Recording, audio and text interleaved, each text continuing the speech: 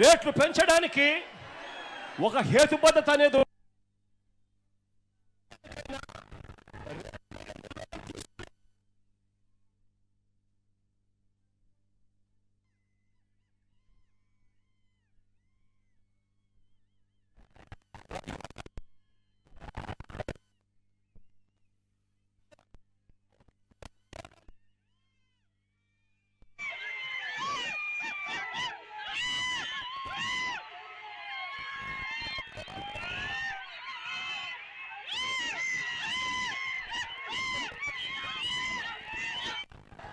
పుష్కలంగా అందుబాటులో. అలాంటప్పుడు అలాంటి పరిస్థితి అప్పుడు మాత్రమే రేట్లకు సంబంధించిన రివ్యూ జరగాలి. ఆ టైంలో ఏమో రివ్యూ చేయరు. మార్కెట్లో తక్కువ రేటుకు వీళ్ళన్నీ కూడా కొనుగోలు చేస్తారు. ఆ తర్వాత కొరత ఉంది అని చెప్పి ఒక కారణం తర్వాత ఎప్పుడో చూపించి ఇష్టం వచ్చినట్టుగా రేట్లు పెంచుకుంటూ పోతా ఉన్నారు ఈ సిండికేట్ కంపెనీల సామ్రాజ్యం. నేను చెప్తా ఉన్నాను, ఇదే మాదిరిగా వైఎస్ఆర్సీపీ ప్రభుత్వం ఉన్నప్పుడు, ఇదే మాదిరిగా మన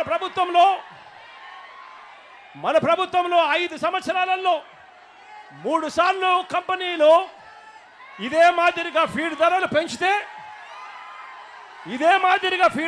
కంపెనీలు పెంచితే ఆప్సడా ద్వారా సీఎం ముఖ్యమంత్రిగా నేతృత్వంలోనే ఏకంగా రేట్లు పూర్తిగా తగ్గించిన కార్యక్రమం జరిగింది అని అంటే అది వైఎస్ఆర్సీపీ ప్రభుత్వంలోనే అని చెప్పి కూడా గర్వంగా చెప్తా ఉన్నాను. 3 సార్లు కంపెనీలు పెంచిన ఫీడ్ ధరలను వెనక్కి తీసుకునేలా చేశాము అని చెప్పి కూడా ఈ సందర్భంగా రైతులపై వైఎస్ఆర్సీపీ ప్రభుత్వానికి ఉన్న ప్రేమను చాటు చెబుతూ మన ప్రభుత్వం వైఎస్ఆర్సీపీ ప్రభుత్వంలో ఆ ధరలే సాక్ష్యమని కూడా చెప్తా ఉన్నాను. ఆశ్చర్యం ఏమిటి అనంటే రొయ్యలకు గిట్టుబాటు ధర కల్పన విషయంలో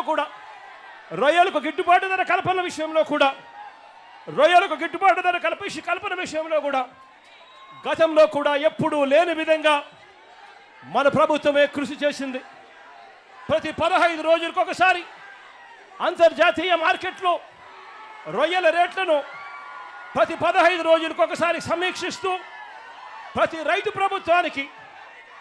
రైతుకు ప్రభుత్వం నిర్దేశించిన మద్దతు ధర తగ్గకుండా ఆ 5 సంవత్సరాలలో రైతాంగానికి తోడుగా ఉన్న పరిస్థితులు ఒక్క వైఎస్ఆర్సీపీ ప్రభుత్వ హయాంలోనే వచ్చాయి.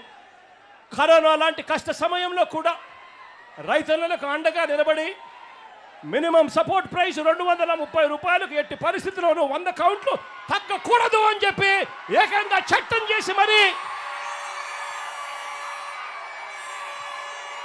రైతన్నలకు అండగా నిలిచిన పరిస్థితి ఒక్క మన ప్రభుత్వంలోనే జరిగిందని కూడా నేను చెప్తా ఉన్నా. ఈరోజు రైతాంగం పరిస్థితి ఏమిటి అనంటే, ఈరోజు రైతాంగం ఉత్పత్తి ఖర్చు చూస్తే 275 రూపాయలు కేజీకి పెరిగిన పరిస్థితులు.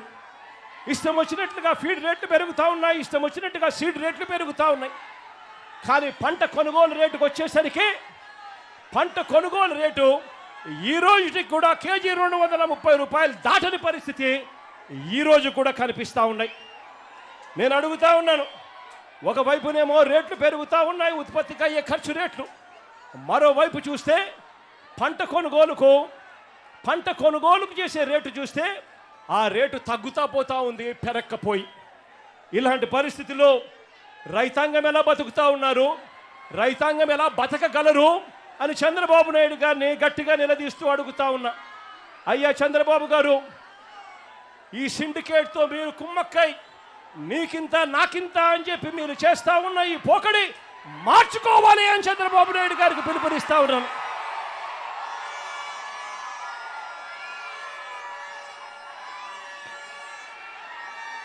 ఆక్వా రంగంలో ఉన్న రైతాంగం సంక్షోభం అన్నది ఎప్పుడూ